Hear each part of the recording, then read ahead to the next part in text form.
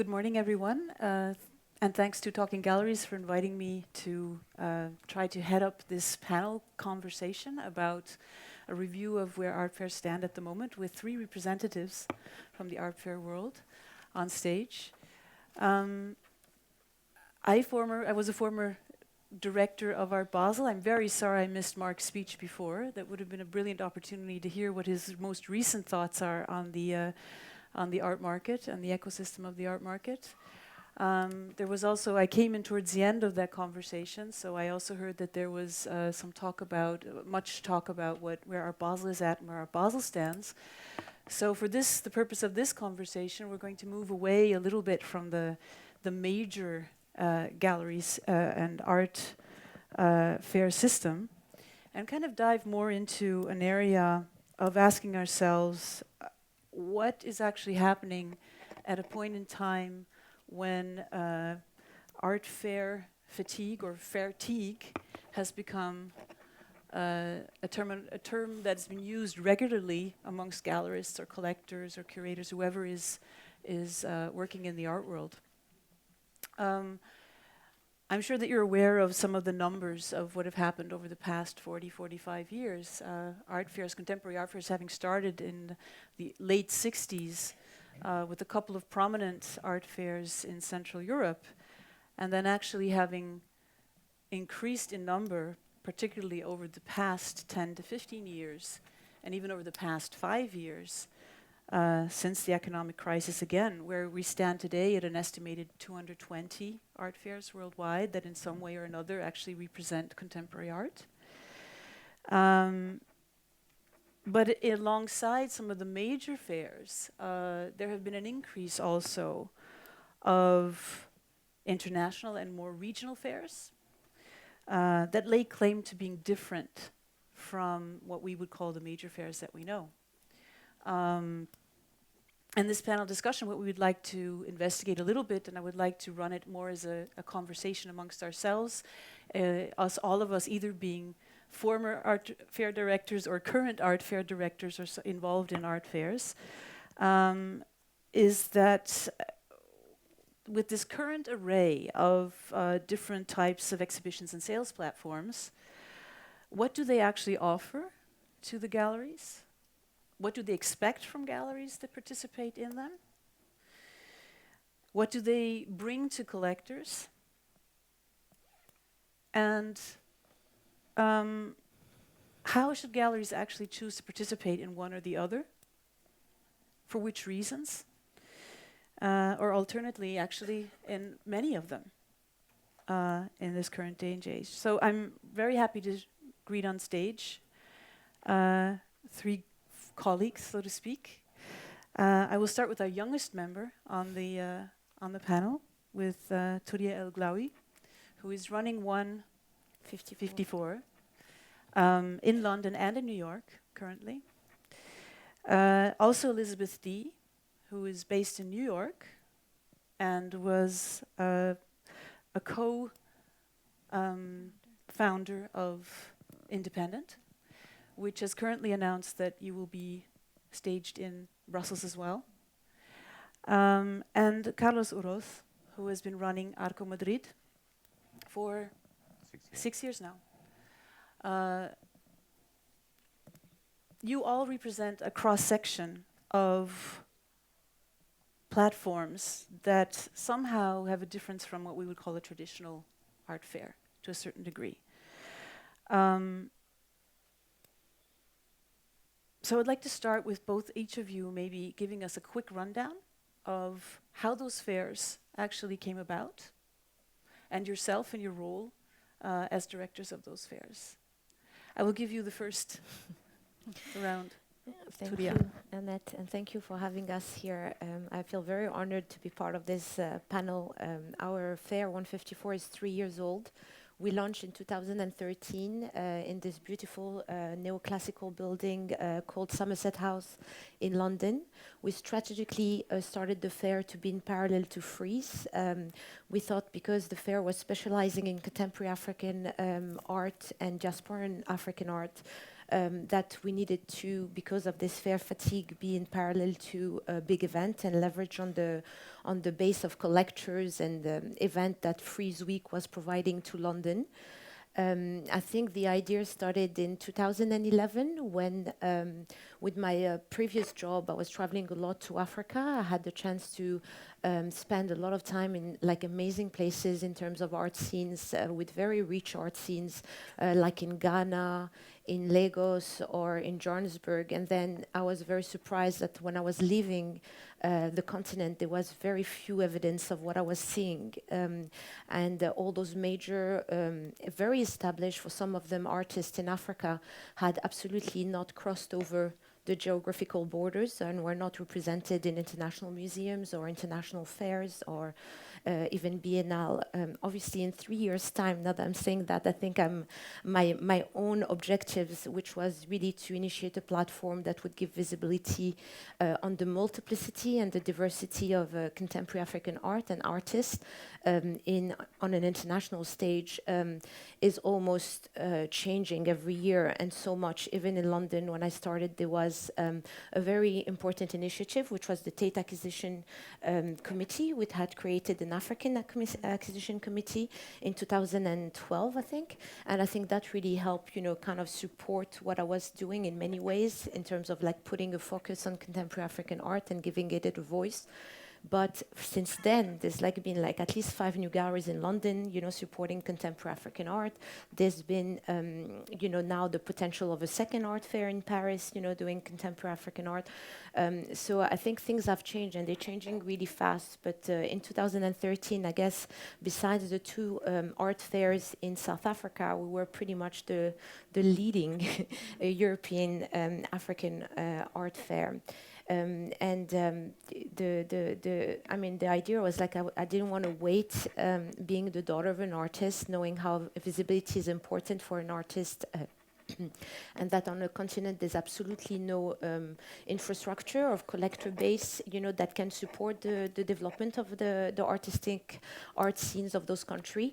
That Africa is obviously difficult for access, and it's not tomorrow that all those very international collectors are going to move to Africa to discover artists. That the best way was to create a platform and bring it to them in London or in New York, where I guess the main collector base of artists move around as well and come to visit. And I think, since we've started, it's been very productive. We had the chance to have some of the biggest collectors from Frieze, coming to check out 154. I think it was a very smart move from our side to do it in parallel to a big event, to avoid actually having those people coming back to, a very specialized art fair. So for the moment, it's a very small fair. I would call myself a boutique art fair, as we have 38 galleries participating in London and in New York. In our first satellite edition, we had 16 galleries with one special project. So it's still something that we can export easily. And in my idea of a fair is really, kind of like speed up the inclusion of contemporary African artists and African diasporan artists into the market. You wanted us to talk a bit as well about our view of the art market.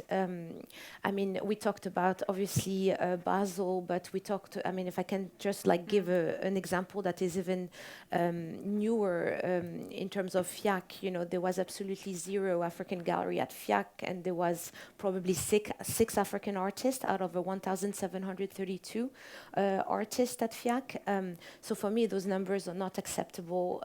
So really the idea of the space of 154, which by the way stands for the reference of the 54 countries that constitute the continent, was to really gather people and, kind of like get the museum to get engaged with contemporary African artists and African diasporan artists in a very speedy way to make sure that they are included in all the museums and all the biennale that are happening around the world. And I think, you know, in many ways we have changed the way, you know, the market is seeing African art now. You know, there's a lot of museums that have acquired a lot of pieces since we started. So I'm very happy to provide this one-stop shop, you know, in Europe or in the US for the museums.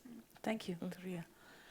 Elizabeth, you're a veteran with Independent almost now after 5 years. I think we're going to be 8 years 8 years. next year. 8 years next year.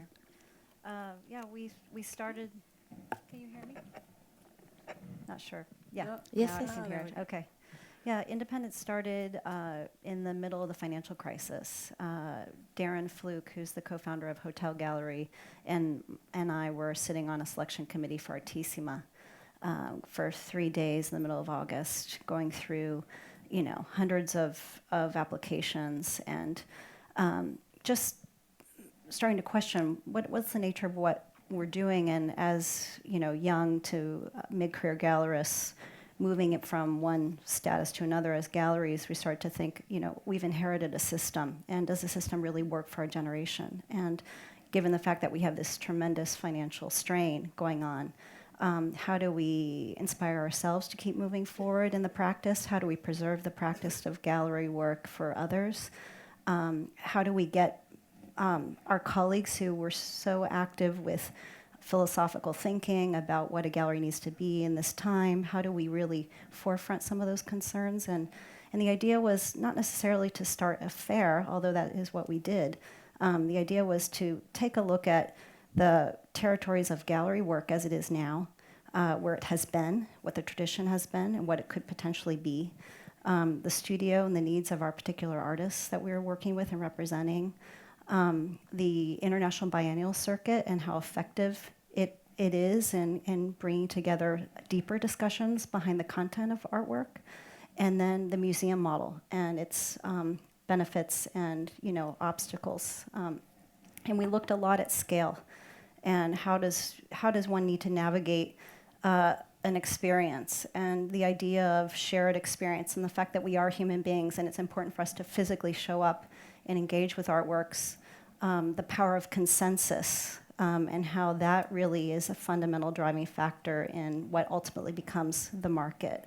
And the work that young and mid-career galleries are doing toward the development of artists and the reintroduction of artists who maybe were in the market at a wrong period of time. And, you know, how do we highlight that programmatic identity, which can often be very lost in a large-scale market fair.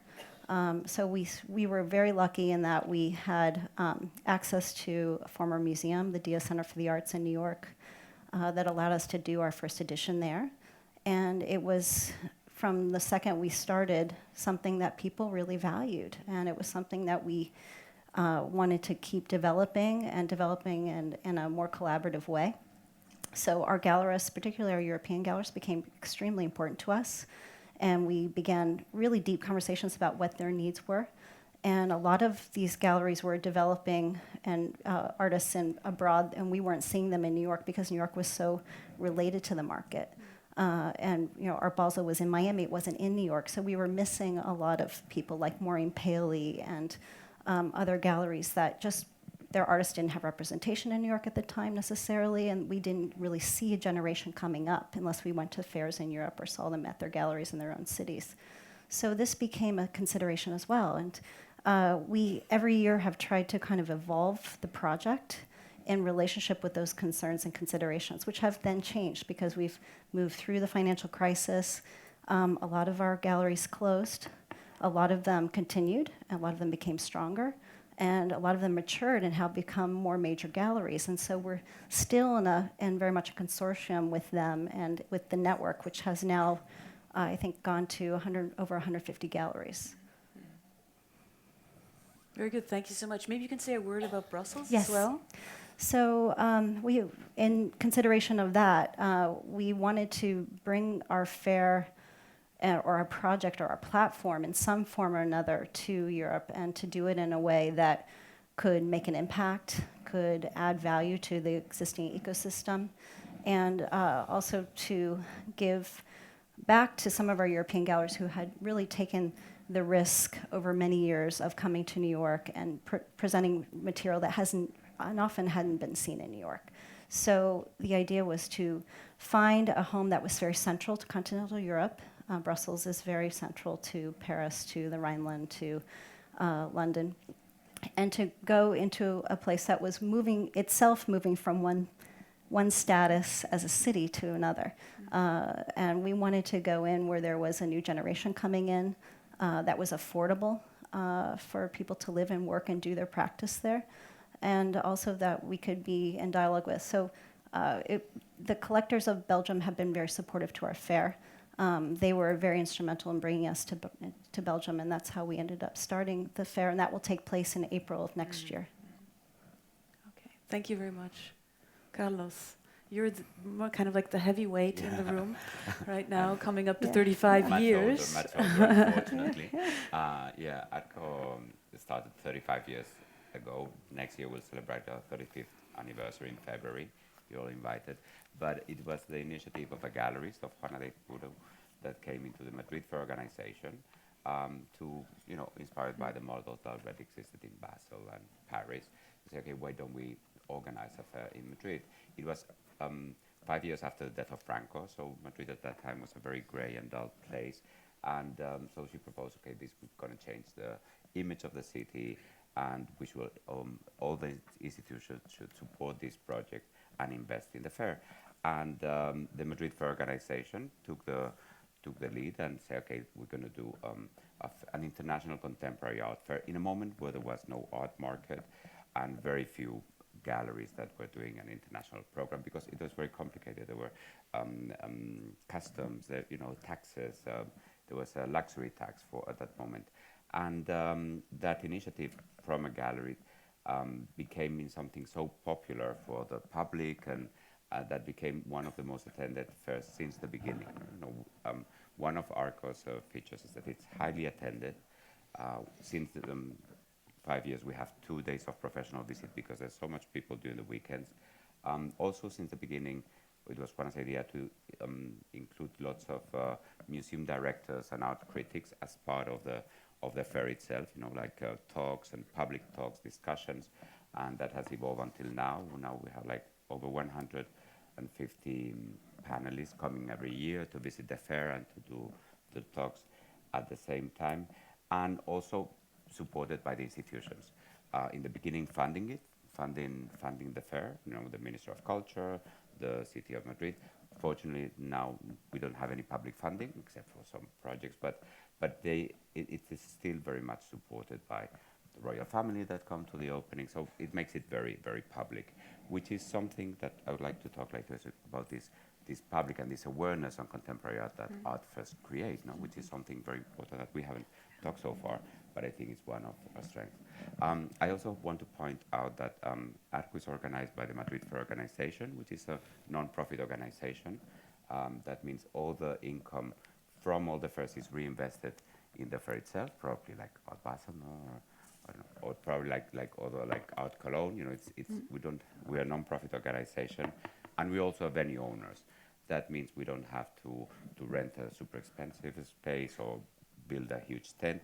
So that allows us to be a more reasonable, to reinvest more money into other projects that basically compensate the lack of collectors in Spain since the beginning.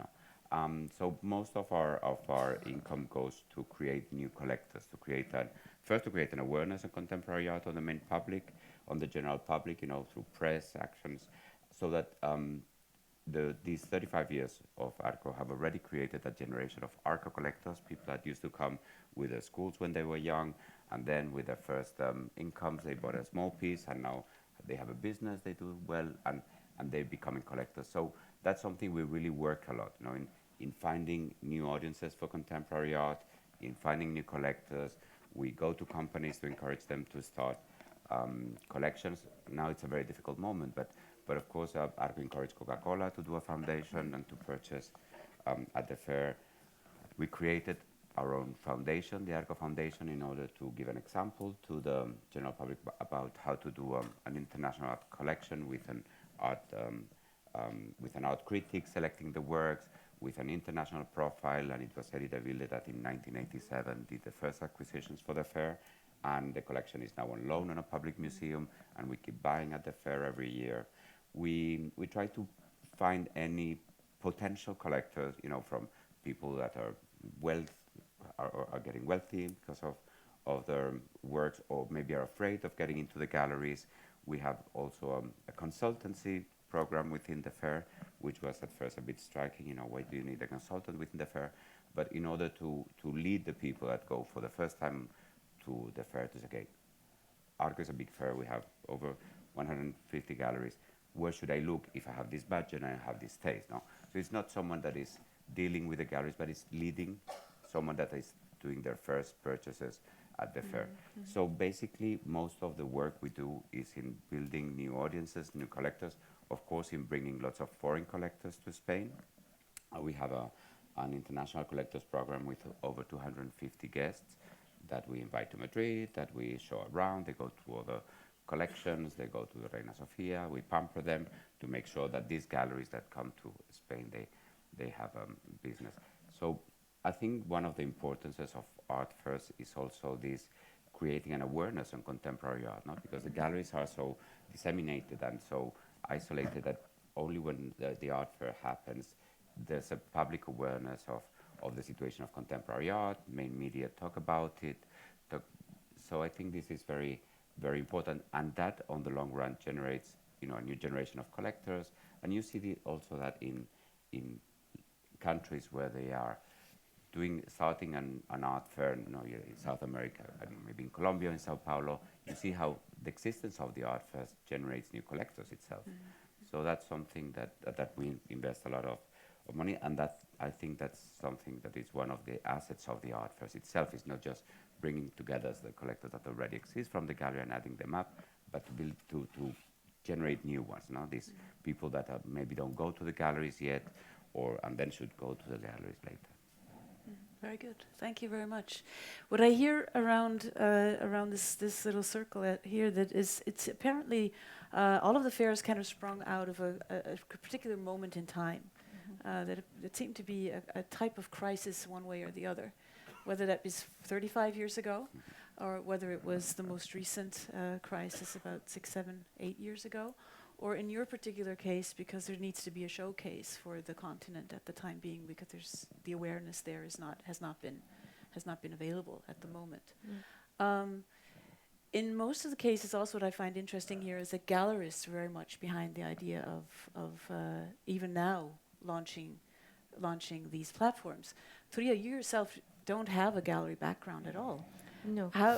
Tell us a little bit more how you came around becoming the founder of. Well, as I said before, I'm the daughter of an artist, so it was very far away from what I was doing before, but it was kind of in my DNA, as my father's studio was always in the heart of our home, so the gallery dealings, the loan of museums, etc., I was able to see from very close.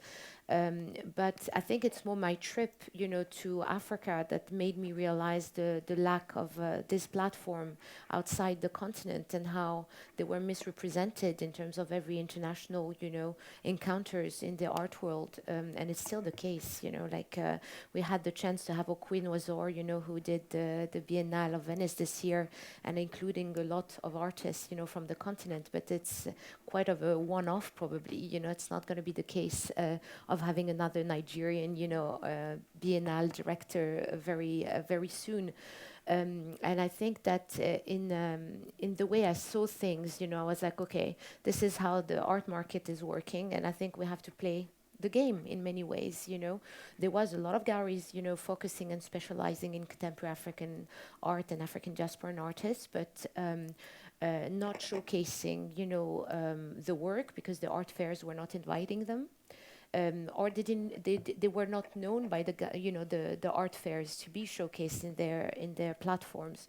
And I have to say, what is really different from probably my peers in this world is that we are a very tight group because those galleries didn't have a platform before, or they were not invited before. So they were the ones also pushing me to do New York and so fast because they were like, okay, we need to be there. We're stronger together, so let's go, And it was quite interesting because a lot of the I guess the worries or the feelings about I guess the other art fairs have are very different because my biggest worry is education, is having a forum of discussions and educating people about contemporary African art in general, and also bringing a lot of education back to the continent. While I have less worries about losing my galleries and who's pitching for them, etc. Because the more they are taking away from me, and the more happy I am, because that means that actually things are working out and the inclusion is happening and that there's more space for them in the market. So I just hope that we're not creating a trend and that it's not, where we're going with this, where I see now a lot of art fairs are doing focus, on Africa, and it's the next curious, theme right now. But for me, I hope that we're providing a very constant platform for those artists and helping them grow in artistic scene locally. Sometimes they're the only people there, making this thing work, in their village, in their country, in their city. So we do hope that whatever we help them sell, help them, keep their practice on the continent or wherever they are. I mean, maybe why don't we focus on that for a moment? If the word focus is in the room, Armory will be putting on an African focus next year. What does that feel like to you? If you feel like different fairs are taking on the responsibility or at least the interest in creating that kind of focus for African art?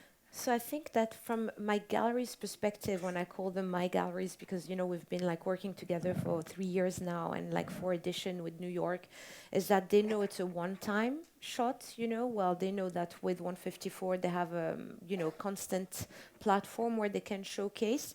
I do tell them, because it's part of our role as well, to be very careful because those shows are very expensive, and sometimes have very strong requirement for their participation. Like, for example, the Armory show is about the focus of one artist, one solo artist, which is quite an expensive bet for them, considering, first of all, sometimes their currency on the continent and how low it is compared to converting to pay for a booth internationally. And I'm sometimes telling them, negotiate better, have a booth for next year as well, because this is quite a big bet they're asking you to take, with one artist. But at the same time, as I said, the objective of 154 was always to provide visibility. And I mean, if this is the way to go, and this is helping them, put on their list of art fairs, that they've been at the Armory, this is very good for the galleries' biographies as well, to be invited in the future to other art fairs. So I just hope, that there's not too much of this craziness of a one-time, shot, and it doesn't create a bubble that will, just crush down, very fast. But I think for the moment, we still need those events. We need this acceleration, to happen for African artists and the African diasporan artists. So I'm not really worried. Yeah. You mentioned to me on the phone when we spoke that you were also thinking of launching a third fair, and that would possibly be on the continent. Yes. First of all, because I'm kind of pressured by the press to do it. They're all asking me, why we're not on the continent. This is lovely, and all, we are in London and in New York, but how about, providing a platform on the continent? And the truth is, I think people don't realize how big is the continent. So we're not talking about China, or it's one big country. It's a continent with 54 countries in it and different economy growth, at the moment. And I do believe there's a lot more to do than is just showcasing art on the continent, that they'd be useful for them. Even if we were just taking the 154 forum in Africa, would be an extremely important thing for the the country where we decide to do it in. But there's definitely countries that are more welcoming in terms of, starting to have a strong collector base. So, for example, Lagos would be, a potential country I would consider, because the galleries who are selling in Lagos, basically 70% of the work their artists are producing are sold in Lagos, where it's not the case of the other galleries. They don't sell much locally and actually sell everything internationally. So for me, it would be an interesting experience. Maybe not a repetitive one, but at least I would try it and experience it for a year and see how the galleries are doing, and how the market is receptive to the market, to 154. Yes. If I may add something regarding this geographical focus, because Arco has the experience, since 1994 we decided to invite a country in order to give new contents to the fair, always to bring foreign galleries. So I think 1994 was Belgium, and since then we've done lots of countries. Until this year we don't have a focus. I quite agree with her that these one-year invitations, it creates some awareness and it's good for the country, but it doesn't create a long-term relationship. Arco has been doing, at the same time as the invited country, for 5 years, the solo projects dedicated only to Latin American artists. And that has created for us a stronger link with Latin American collectors, with Latin American galleries, with Latin American curators, but because it's an ongoing focus, it's not just, okay, you go 1 year and then you don't never go back to that country or to that fair, but people have to be aware, either the public, collectors, the galleries, that there's this link with a certain geographical focus, which in our case is very important, this link Latin America and Europe that we try to do with Arco. We also have a symposium of Latin American and European museums led by the Reina Sofia. So I think that the geographical focus are interesting if they are done on the long run. On the long, 5, 6, I don't know, then probably it might shift, but that's somehow that it can build to that invited area to link to the continent where they're invited. Otherwise, it's a bit short term, and we've done it. But my experience is that from the invited country, that maybe not all of them come back, or maybe some of them apply and they're not even accepted, which is very sad. So it's complicated, this 1 year geographical focus, I think. It's a very interesting comment, and it kind of leads to this other question of like who is invited and who is not invited, and who actually makes the decisions about who is invited to a fair. I understand from our conversation that, of course, you are still looking for the right galleries to participate in the fair. There might also be a couple that you would love to have there that have not agreed to come yet at this point in time, to help enhance the gravitas of the fair to a certain degree. In your case, it's clear it's gallerists who are on the committee who make those decisions on behalf of the participating colleagues. And with you, Elizabeth, it's a by invitation only fair. Yeah. How does that really work? Well, we've had the same founding curator from the beginning, Matthew Higgs, the director of White Columns, and we have really developed the concept with him. And the idea was, because our goal was not to form a fair in the traditional sense, but to take elements of event culture that help people focus when they're busy with their time, and also a particular bespoke response to works as they're being developed. So we're not particularly interested in replicating anything that's out there. I think what we're interested in is developing a dialogue with a particular presentation that's developed specifically for independent. And independent is one of those fairs that artists do want to make work for, but not one work or take work from an exhibition in the gallery and necessarily bring it there. That does happen if the gallerist who really is acting as a curator in that sense sees a need for that.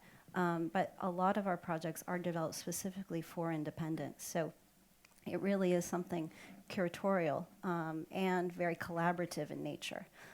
We also want to rotate the gallerists every year, so we rotate on average 30% of the galleries. So we really see this as a larger network that features the gallerist as both a curator, a cultural producer, a developer, and someone who isn't just showing up with 6 artists in a stand, and of which 2 are the hot names. We really wanted to get away from that market situation that happens in the larger market fairs, and to really develop projects from the inside out.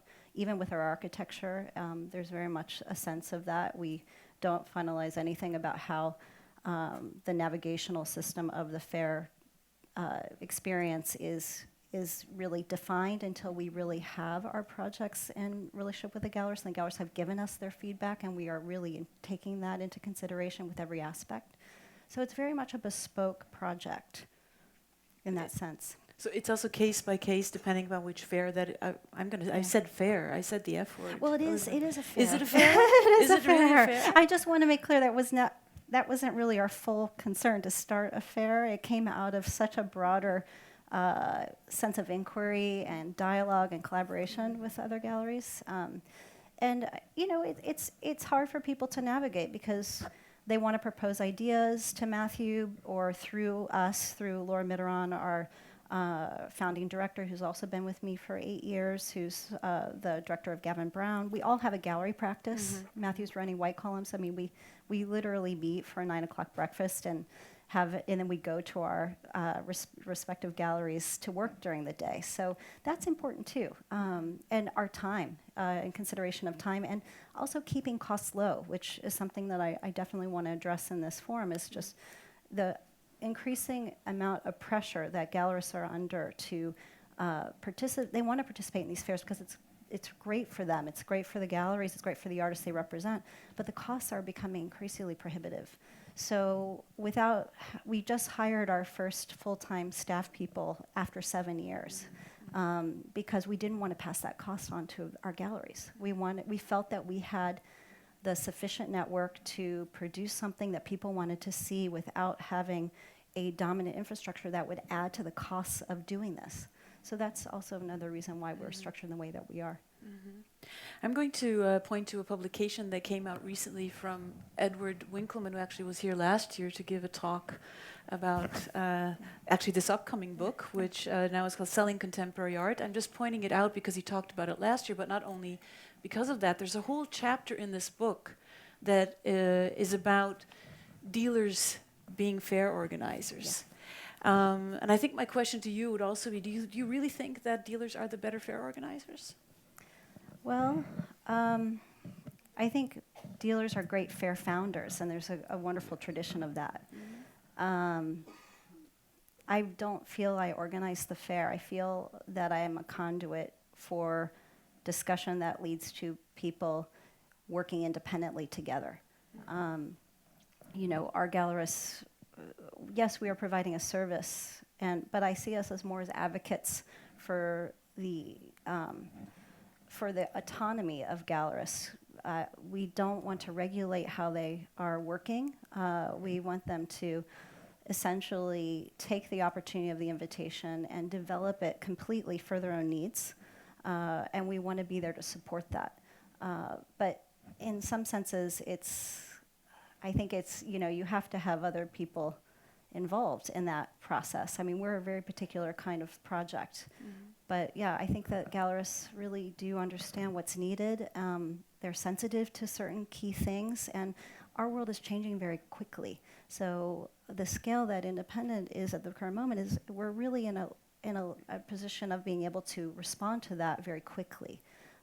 We are very nimble. We can move. We can make adjustments. And that's something that we, again, do with the galleries that we're working with in that particular edition. But I do think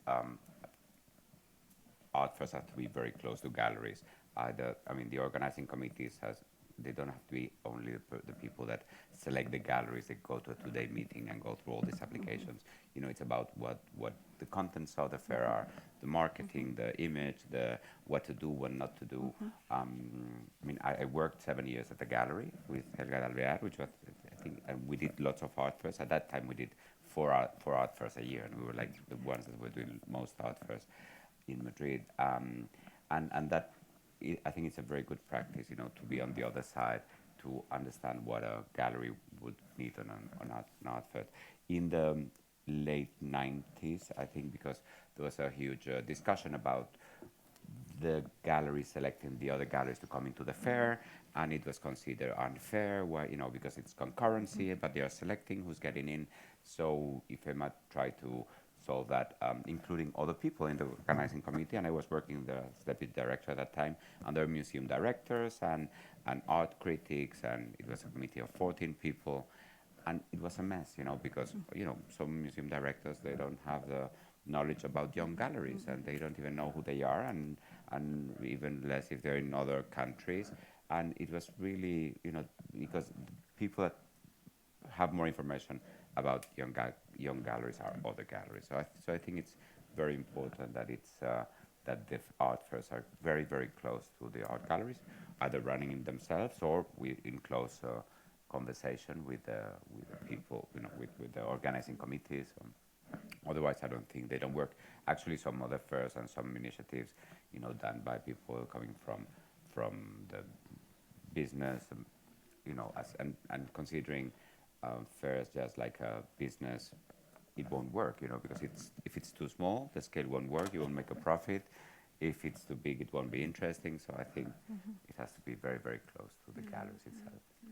Maybe we should talk about this for a moment, this general perception, that in the past fairs were meant to service galleries, and that now there's a broad perception by gallerists that basically say, well, we're here to service fairs. How do you try to avoid getting into push? I mean, it's obvious, Elizabeth, from what you're saying, how you try to avoid getting put into that niche, because you collaborate very closely with gallerists to create what you're doing. What about in your cases? How do you avoid this perception? Or is this perception only something that's more geared to the major fairs? Well, because I didn't have a background in art fairs as a gallerist, for me it was completely absurd, from a business side, that the galleries would make the decision, participating galleries would make the decision of who's getting in. I didn't really understand the whole concept of having a galleries who could have a clear mind of who's coming in, who were part of the art fair. But I mean, obviously, I accepted the rule. But in 154, we decided to not go through this. Have a very small committee, but have one curator, one gallerist, but didn't belong to the fair and was not part of the fair. And actually, myself, who had a broader vision of where I wanted the fair to go.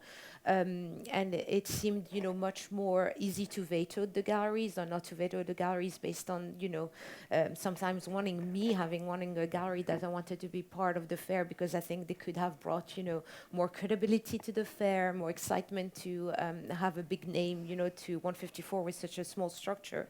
And the other committee saying absolutely not. We're about discovering, young artists, galleries from the continent. It's not bringing anything, to have galleries that could be seen everywhere, in the world, right now. But I think that.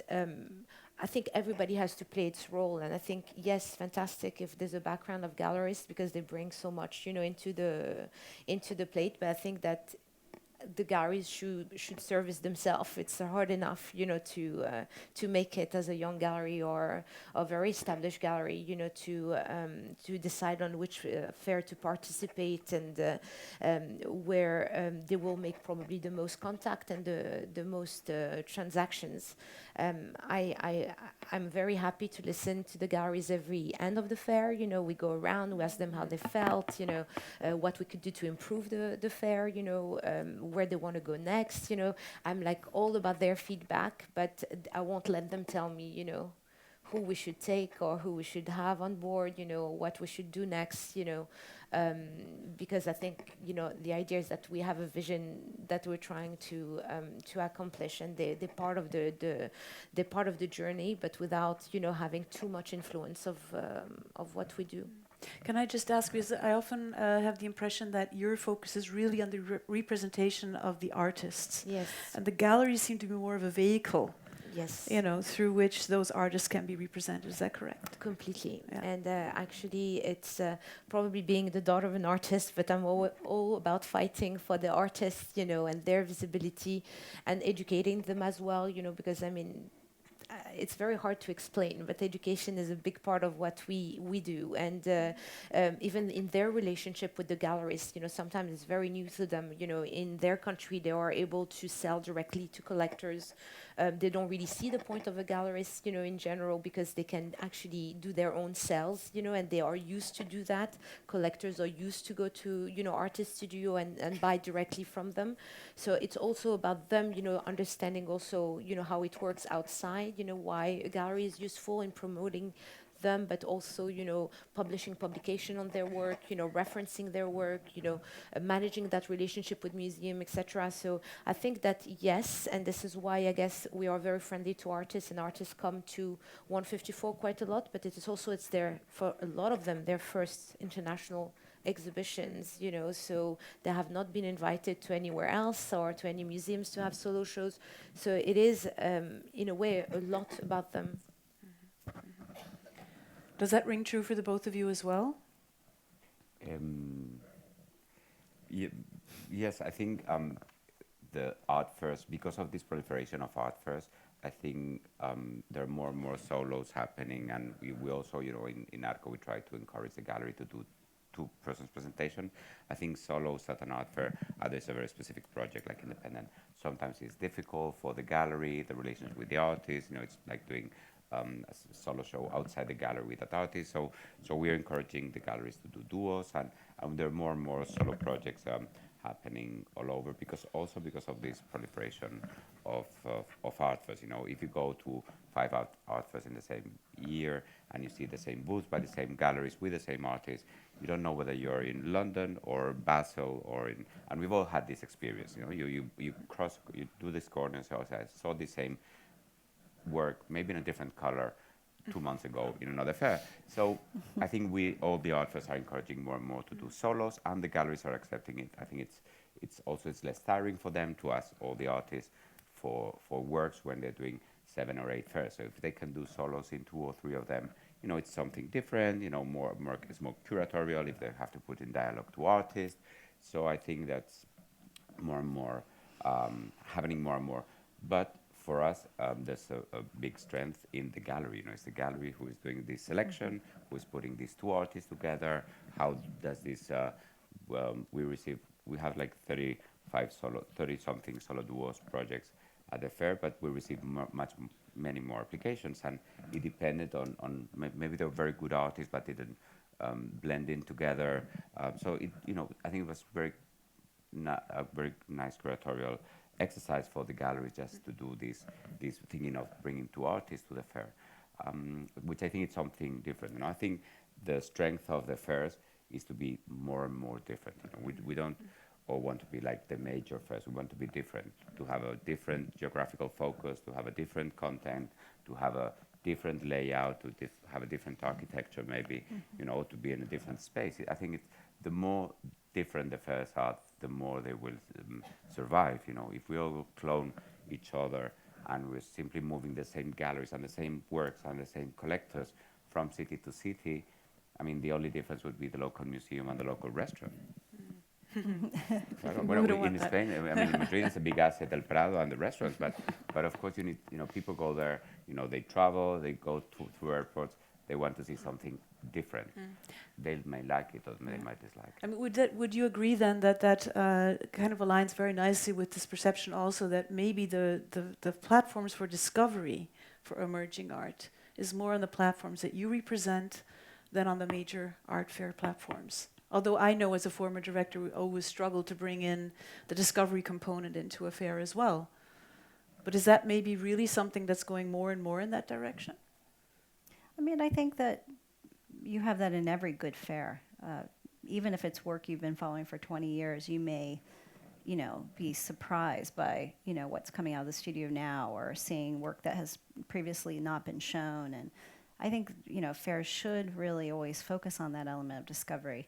I think what you were talking about is management of expectations about the responsibilities of the gallery versus the fair, which is that's a cloudy area that needs clarity. I think that you have different reasons for participating in different ways. Like if I were to go to Arco as a gallerist, I would want to bring kind of a range of my program because that region of the world, it doesn't come to New York to my space, and we haven't had the conversation in the gallery and gone through several different kinds of exhibitions that I've mounted there. So that becomes perhaps one strategy.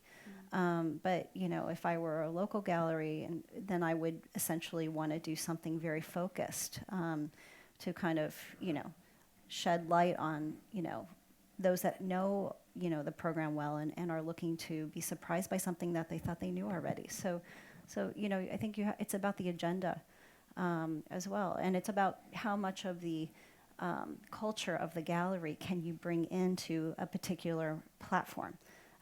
You know, there's the geography, there's scale, there's issues of other gallery representation of the same artist, so there's that strategic alliance and conversation that has to happen. All these things need to come into play, and then once that fair has taken place and all those conversations have been had, then going back to the drawing board and saying, okay, what worked here, what didn't work here, and what am I not thinking about in terms of the larger market, the larger ecosystem, the market of these particular artists at this time, the museum awareness of these particular artists in this particular time. How do I get that balance right? Because things are maybe this way versus that way because of where I am, or because of where the artists are, or because of where the gallery is at that point. And really starting to think in a more strategic and a level of inquiry that goes beyond the short-term memory of that particular weekend.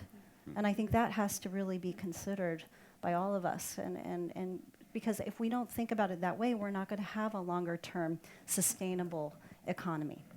I think you pointed something very important, which is strategy.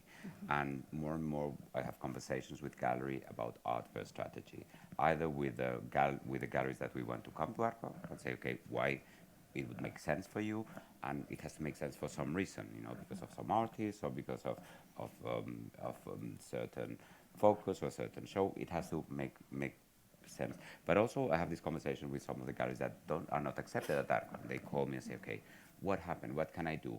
Then, and they all say, okay, now I should go and do fairs abroad, you know, if it's a Spanish gallery. And it's not just like that. You cannot simply go and apply to all the Latin American fairs or all the European satellite fairs just to develop, you know, an international program. You know, you have to be focused and you have to think about where it makes sense for a gallery to go. And so if you are going to do something with Latin America, but try to link already with some Latin American artists, you know, have some links with curators over there. It makes no sense. I think it doesn't work when people go to an art fair and they just set a booth, wonderful, say, okay, now we're going to sell, you know. I think the preparation of the art fairs, it's more and more important, and it's even more difficult now that there are so many art fairs, you know, because people should really prepare. But you see that results of the galleries that have prepared in advance, you know, have made research about collectors, or maybe have been there or 1 week before visiting people. It pays for them, you know. They make more contacts, they know the people, they know how to address the people, how to talk to people. You were mentioning your experience about Hong Kong, you know, when, you know, how you were talking to galleries about when you started the Hong Kong Art Fair, about how to face that market. And I think that's key, you know. It's not that, okay, now we are going to go to all the continents and we're going to represent. So maybe that's not the strategy right now. It's better to be focused and that people understand, you know, what is the profile of the gallery, the geographical, the kind of artists, the mix, you know, of older and younger artists. I know that we're running out of time slowly. We should be probably opening up to the floor, but at this point, I really think we should talk a little bit about the notion of brand association. And that part of the reason why galleries choose to go to one fair or the other is because of the kind of transfer of image between the gallery and the fair and vice versa, that kind of feeds into this cycle of, let's say, a gallery can say to their artist, I'm participating in this fair, which might have a particular value, or a collector might even say, I bought this at this fair, rather than they actually say, I bought it at this gallery. I was at Basel, or I was at Frieze, or I was at Armory, or I was at Independent, because each one has a certain type of image and a reputation that might express more than the gallery itself can express at the moment. It's like, this is about innovation. This particular, if I bought it, at least it must be young and emerging and new and fresh. If I bought it at 154, then I'm obviously interested in African art. How important is that in terms of the choices that galleries have to make, which fairs to participate in? I think it's important, but it cannot be the only reason. I'm thinking of imagine a small gallery going to Freeze, and they go there for a couple of years and they don't sell. It's a very, very expensive branding just to spend a week in London every year, pay for an expensive art fair booth. If that's not happening, so if the gallery doesn't have any strategy or it's not working, I think they should reconsider. It's not just I have to be here, yes or yes. No, I think nowadays the art fair positioning, being so many art fairs, maybe I entered the other day into Pilar Ordova's gallery in London and say I don't do art fairs. She's a very special gallery, mixing old and contemporary, and says I'm not doing art fairs. And that's her positioning, and I quite understand because it's so specific what she does. That she says, I don't do art first. And it's very, it's been a long time I hadn't heard that, but probably now, because, okay, I want to do this art fairs, my local art fair and these two, because it makes sense to me, but it's not this aspirational thing about being in the major art fairs that might be killing some of the smaller galleries. Yeah, I think it depends on what you're talking about. You're talking about the brand of the fair being too dominant. That also can be an issue. When you forget the name of the gallerist that you bought the work from, you just remember the name of the artist and the fair in which you bought it in. Then we know something's out of balance. Something needs to change. If it's something that I think we need to be the advocates for each individual gallery platform. And featuring them, and we need to be behind that. For me, the brand of independent is far less significant to that effort. And I find when people do overdetermine identity of a fair, it often is through misinterpretation of what the perception of that fair actually stands for. We don't even have a logo, as Mark was saying earlier. So I think there's a reason for that. But that's just our particular approach. And it's also about what can you add that isn't being added already, and how can you come in as a gallerist and benefit from that context, but also provide something that is innovative to that context. Lots of galleries write independent all the time, wanting to be considered for an invitation, and rarely are those questions actually answered in the emails that come in. I've been looking at the context, and there's a particular project I have in mind that might add value to the next edition. Usually it's, I have an agenda with my gallery, and I see this as an ultimate sales opportunity like any other fair, and that's just not what we're doing. We're looking at the consensus of how things evolve. The sale at the end of that consensus is just a sign of it being successful for the galleries and that want to do it and want to continue doing it and want to keep returning to it. So to me, it's working from the inside out. Okay, very good. Well, I think we'll have to keep it at this point. Am I right, Conrado? Yes? Okay, I would love to open up. Thank you very much for your contributions. Of course, you can continue to ask each other questions as we open up the floor as well. Questions in the audience for our three?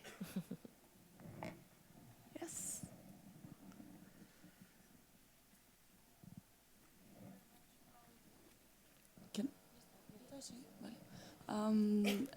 It's a question for, well, mainly Carlos, I guess, but maybe somebody else can also answer. I don't know. So you've spoken about the long-term kind of relationship with the solo Latin American focus. My question is more, how does Arco, or how does any other art fair that has another focus on a specific region or country, how is this selected from year to year? And what are the implications, or what is the goal, if you want? Okay, regarding the Latin American focus, the solo projects, It's a project that has been going on for 5 years, and we consider it like a research practice. You know, we have curators that research on emerging galleries, artists, they make the proposal. Since 2 years, it's not only about Latin America, but they also have a subject. You know, the curators choose a subject so that it's more focused and it's really, you know, something distinctive and worthwhile seeing within a fair. It's not just simply a group of solo shows, but for the past 2 years, they've had a theme. And next year's themes, it's humor as a way of subversion and theater stage performance. So this will be the focus of Latin American artists within Arco. So we try to be very, very narrow in that sense. And that's something ongoing, and that was a strategic decision to link with Latin America. A couple of months ago, we were in Lisbon, a meeting, planning our strategy for the future years, and we decided to still be linked with doing this link Latin America and Europe, which was what made most sense for the people, for the galleries coming, and for the perception of the fair. Regarding the invited countries, it's an ongoing that we have had at Arco. I think it has to be 3 things. First, an interesting contemporary art scene in that country. I mean, they have to at least have 10 professional galleries that can attend a fair. You know, museums and institutions, collectors. Second, you have to have even though the galleries are invited to the fair, for the invited countries, there are always things happening in the city that have to be funded by the invited country. So normally we need the counterpart that would fund probably an exhibition in Madrid or some kind of event. And you know, like last year, the Colombian government was super successful. They did over 11 shows, from the Prado to the Reina Sofia. And then the decision of the country is also strategic regarding IFEMA, the Madrid Fair Organization. So it's a decision, you know, we have always several scenes on focus, and, you know, and depending on our conversations, one is decided or the other. But it's a decision in which the fair is involved, the country is involved, and the Madrid Fair Organization is involved. Thank you. Questions? Where are we? Yeah, please. Why you chose for Latin America? What is your strategy or the focus? Well, Arco has always been very focused in Latin America. In '97, Latin America was an invited country, was an invited continent. Latin America is continent, so. It's a continent, no, but Okay, I said, but because normally it's an invited country. But '97, Arco decided to invite the whole Latin America to the fair. And that was a project Arco worked for 2 years, and was very important for the visibility of the Latin American art scene. And since then, Brazil, Mexico, and Colombia have been invited by countries. But Arco was the first fair where the important Latin American galleries were able to participate. Now we all consider Latin American art very, very public and very interesting. But at that time, there were no Latin American galleries at Art Basel, or maybe some in FIAC there were, but there were not Latin American galleries in German art fairs. I was sitting in a committee in Art Forum Berlin, and it was very difficult to get in some Latin American galleries, because they were not, you know, the appreciation of Latin American art in the late 90s was completely different to what it is now. So Arco has always had this link with Latin America, very natural, because of language, because of lots of reasons. You know, big companies being in Latin America, collectors having second houses in Madrid and Barcelona. So in that sense, it's been very natural. Why, when I started as a director, Arco had invited several Asian countries, India and Korea, and I decided that we had to, in a way, scenify this link with Latin America, which wasn't happening, also because there was Art Basel Miami Beach that did a great job, so we wanted to bring in younger Latin American galleries. So we decided to focus in Latin America, at least for 5 years, but we'll continue for a while, because I think there are excellent Latin American artists, which is the most important, excellent Latin American contents that can find in Arco an interesting way of presenting themselves to this group of curators that we invite, to this group of collectors. So I think it's a very natural, and it's working well for the Latin American galleries and for us. Thank you.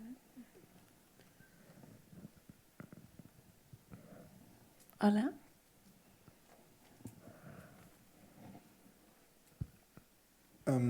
Could you maybe help me killing one of those statements that I get here from galleries too often?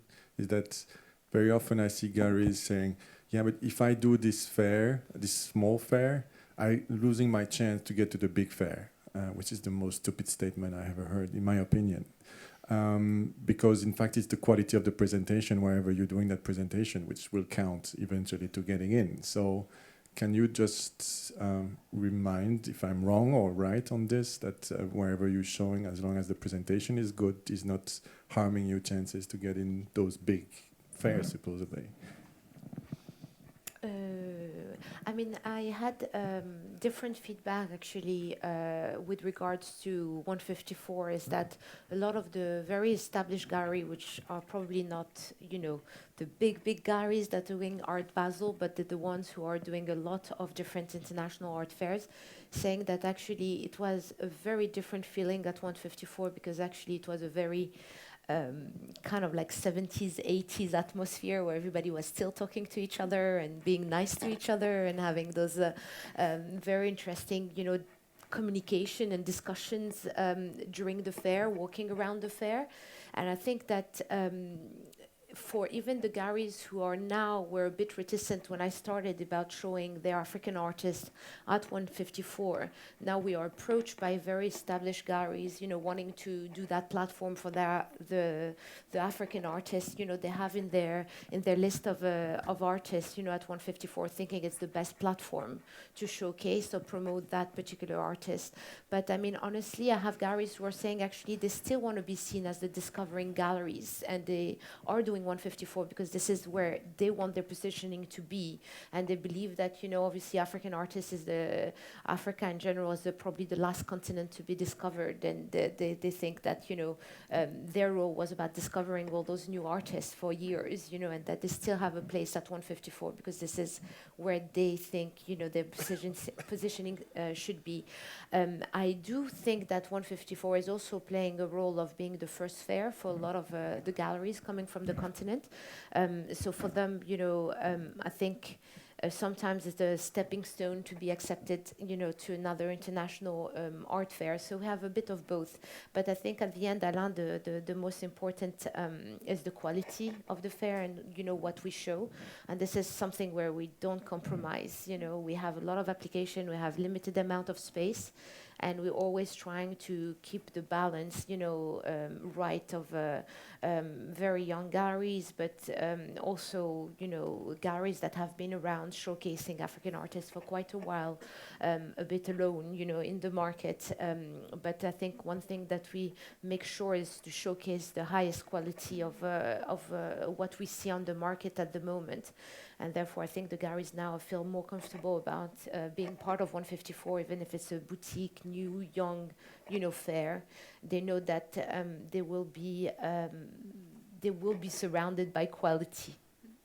Maybe I can expand on this question a little bit and hand it to you also, Elizabeth, because you do both. You kind of have co-founded a fair, and you also participate in fairs as a gallerist. Yeah. I mean, would any of what Alain is saying ring true? I mean, Absolutely. You know, I would say, you know, it's a lack of strategic thinking to think that, you know, you are going to just think about the short-sighted kind of end goal, and also think about what that end goal means to you as a gallerist now. You know, we did list stuff for 3 or 4 years, and you know, with 75 galleries, we got all the major collectors that were in town to spend a lot of time with us. When we did Nova with a 2-person presentation, it was far more curatorial, and those collectors, you know, walked by our stand in Art Basel because they were looking for things in the market, and we got a curatorial focus, which was lovely, but you know, it was a financial sacrifice to do that fair. So you have to think about your gallery in chapters and stages. When you're in the first chapter, the second chapter, it's about how do you get your point of view just introduced to the community, into the conversation, and how do you add to that conversation, and what kind of contextual lines do you want to draw? Then maybe there's times to maybe make a push and, with an invitation from Art Basel to do a particular invitational section, that can become very useful. But that also might be a major financial sacrifice. And you may eliminate your ability to do other fairs as a result of doing that.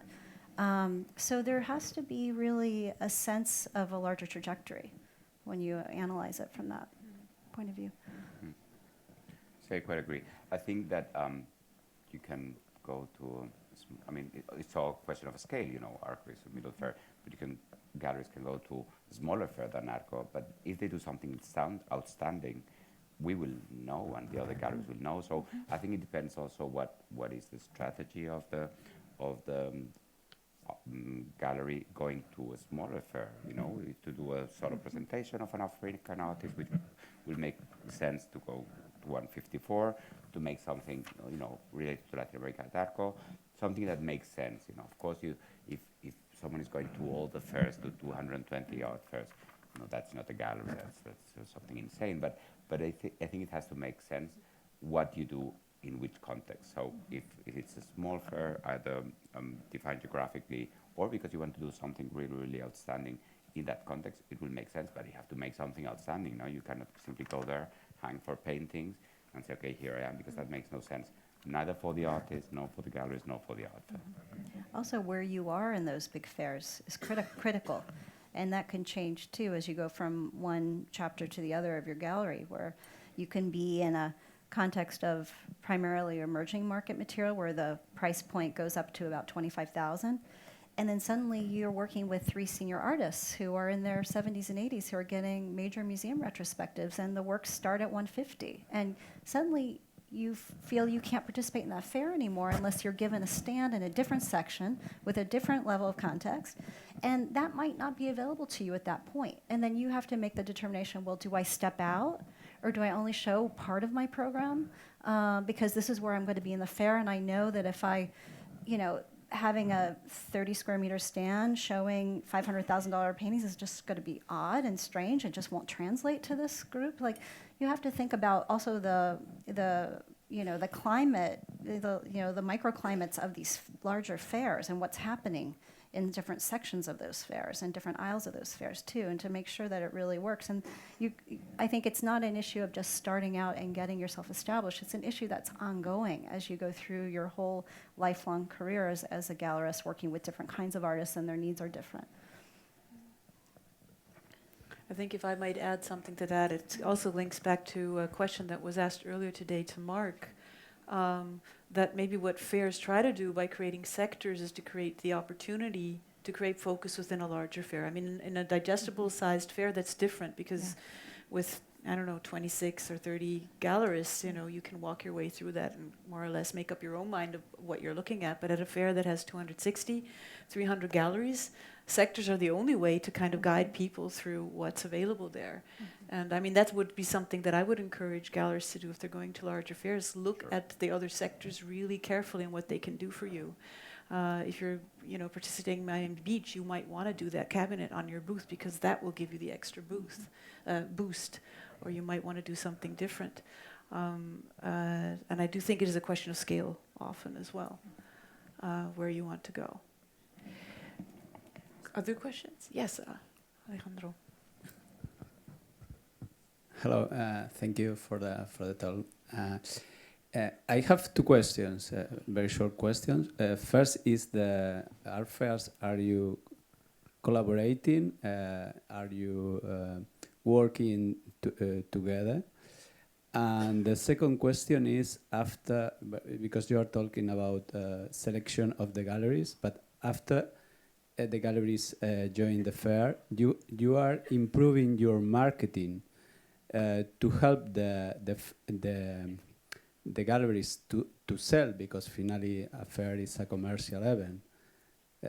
What are the new actions you are doing in this way of marketing? Anybody want to? Well, I think when we started independent in New York, we didn't have to sell New York to the larger art world. And we also had the luxury, on the positive, of being able to draw on the biggest collector hub in the world, which is so deep and so wide-ranging that it far eclipses the scale of our particular platform. So we were able to let that work. Also at that time of year with the Armory Show and the ADA fairs happening concurrently, it created like we already were very aware of adding something to that existing ecosystem. So we don't have a VIP program for New York. We haven't put our energy into marketing. We've just wanted to create the best project possible and to know that we are in a very kind of interior environment where we have, a very knowledgeable audience ready to receive this project. With Belgium, it's really different, and it's different in several ways. You have this incredible, rich collecting history in the country, and you have a wonderful establishment there of that has a legacy to it, both in terms of galleries, curators, and collectors. But we never really considered that as being adequate for us being in Brussels. We really wanted to sell Belgium to the larger international community and to bring that scene that we already kind of represent in New York to Belgium.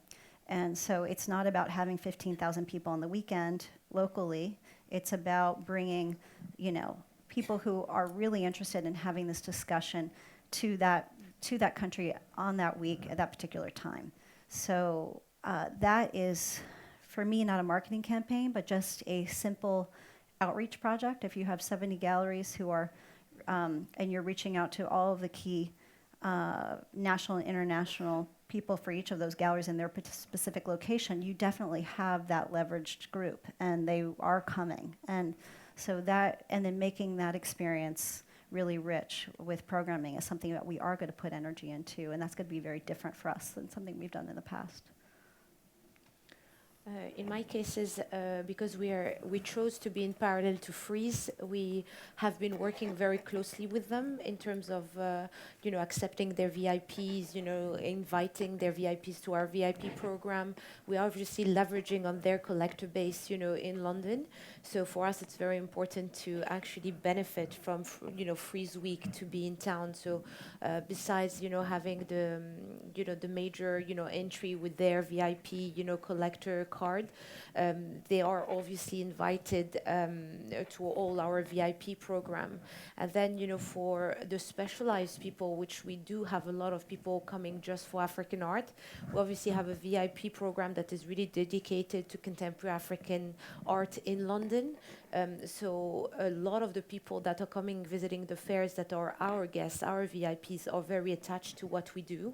So we don't lose them to other events. They're there to see the maximum they can on contemporary African art because they're very specialized themselves, or very attached to the continent one way or the other. So and the new collectors from Africa are not yet invited to all those dinners from different galleries, etc. So we are very lucky in that way as well, is that we are providing them with things to do in London where it's just for them, and they are very excited to be part of the show.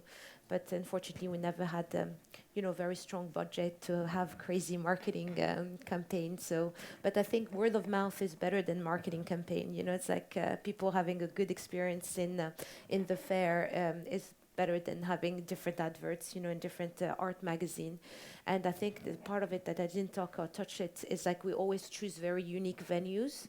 So Somerset House obviously really is part of the experience of visiting 154. And in New York, we also chose quite a unique venue and took a bet on going to Brooklyn, very far away, but offering, the people who are coming and making the trip, all the way to Red Hook, which is this very far away neighborhood from Manhattan, the opportunity to discover an amazing, crazy venue, but a place where they can stay more than just 15 minutes. We are a main fair, so we have to do a lot of marketing. We're not a satellite fair, and we do everything we can. And what we do, we share with the galleries, from our social media to the list of curators that are coming to the panels. We let them know in advance. So not with their emails, but if they know them, they can invite them. They can let them know about the program, the list of the confirmed collectors program. I think we give a lot of information to the galleries. Sometimes hard to analyze, because people are at the same time doing Mako, or they just came back from Miami or had a rest. So, but everything, all the marketing we do, is for to create business at the fair. As I said, we have lots of high attendance and tickets are expensive, but selling tickets is not the main income of the fair. So basically, what we want is the galleries to be satisfied and to consider our marketing tools their marketing tools. So that's how we consider it. But we do a lot of marketing, and I wish I could be satellite fair probably soon. Well, I think there's also there's the promotion of the event itself, and then there's also what happens the other 365 days a year, and how do you manage that? And one of the initiatives that we started just this fall was to start exhibition initiatives. So now we have a gallery space in Brussels in the Rue de la Régence building with other galleries from our network. And we host different exhibitors to come in and to take over the gallery as their own gallery for, a month and a half. And so, and to do it also with an economic model behind it. So if Belgium isn't, and that region of Europe isn't really your strongest position, and maybe you want to come and stay and, come back and forth over a period of an exhibition and have more targeted lunches and dinners rather than expecting everything to happen within a 4-day period of time.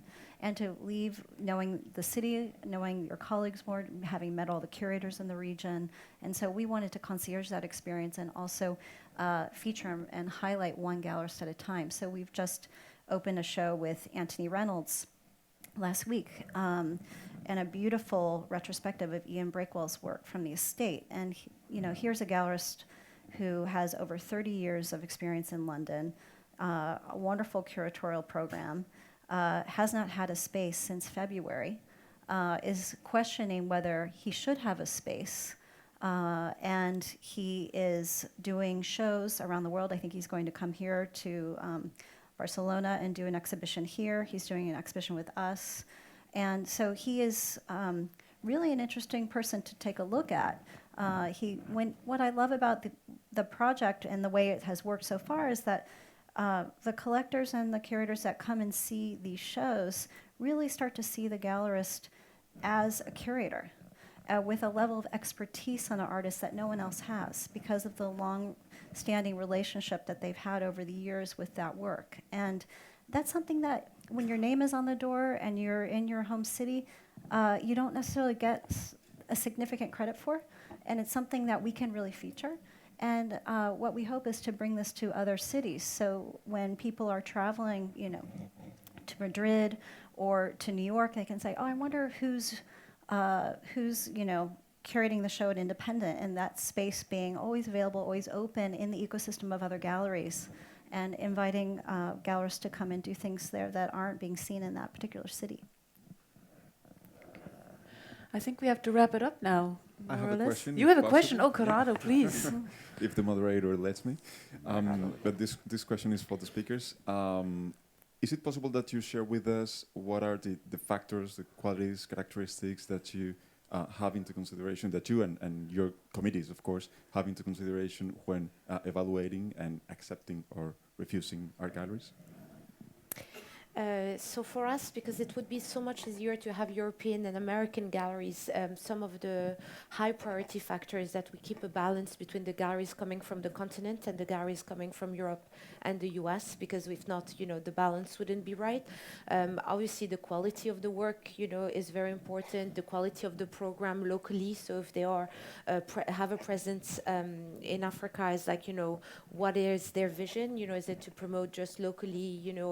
Are they engaging with education programs, or there's really different things. And then we have another side of the program, which is basically giving I wouldn't say non-profit space, but we give 3 space away since we've started to a very young gallery from Africa who couldn't, come otherwise and pay for the booth either in London or in New York. And with those booths, we're a bit more open in terms of what we see. And the program they will be presenting at 154. It's definitely their first time doing any kind of fairs, so it's really about even helping them do the application, helping them get grants, helping them. So there's a lot of range that that we look at. But I mean, I think that in terms of also one criteria is like, we're obviously trying to sell the artwork in London or in New York, so we also are trying to take a direction where we know this art is going to be bought by the base of collectors. So we have this director of a very mainstream gallery in London being part of our committee, you know, also stepping in, you know, to kind of like make sure that it's not too crafty, you know, that we're going to what people are expecting to see as well. But I think that we are very, I'll say, flexible in many ways, besides the balance, because we're dealing with, you know, very new variables for the continent, but also for us. So we're not, we don't have those 3 years wall, you know, kind of rules, you know, that a lot of fairs have. A gallery doesn't have to have walls at all. We have a lot of dealers, you know, who are usually the main representative of some of the artists in Africa. So we have to deal with the, you know, people who don't have galleries as well. I would definitely say the galleries, you know, encouraging galleries to be in dialogue with other gallerists and to be not living in a vacuum of your own program, but to really have, you know, a lot of collaborative thinking with other local curators, international curators, local gallerists, international gallerists, to be part of a community and an engaged, inquiring, questioning community about things, and to seek out that knowledge base that constantly is changing, and to think really programmatically about the gallery rather than about specific artists, and to you know, be committed to the culture of gallery practice as its own habitat that's essential for the nurturing of artists and representing them. In Arco, because we had so many concurrency issues, and because of this idea of gallery selecting galleries, we have to be much more objective. And first, we have objective issues, like the gallery has to do 4 shows a year, have a space open, regular opening hours, and then we have the criteria through which the organizing committee selects, and it's very fixed through some points, some figures that we have to be attached to, because, you know, if someone makes a claim, you know, we have, why has this gallery been accepted? But basically, out of 100 points, 30 are because of the gallery program, what they do in their spaces. 30 would be what they propose for Arco. 20, what the work that the gallery does in order to link their artists to collectors and to curators. And they have to say, you know, this artist led to this collection because of our intermediation. And 20 would be marketing of the gallery itself, going to art fairs, Arco and other art fairs, and doing, you know, being part of your ecosystem of galleries, you know, being known in your own environment. So basic, and that's all in our rules of participation, but it's very, very focused, because I said we had lots of claims from galleries which are not accepted, that led to the concurrency court that obliged us to make this very subjective decision as objective as possible. Okay. Maragall tenía una pregunta. Do we have time for more? Yeah? Maybe just One more? Maragall, ¿no? Tenía. Yeah.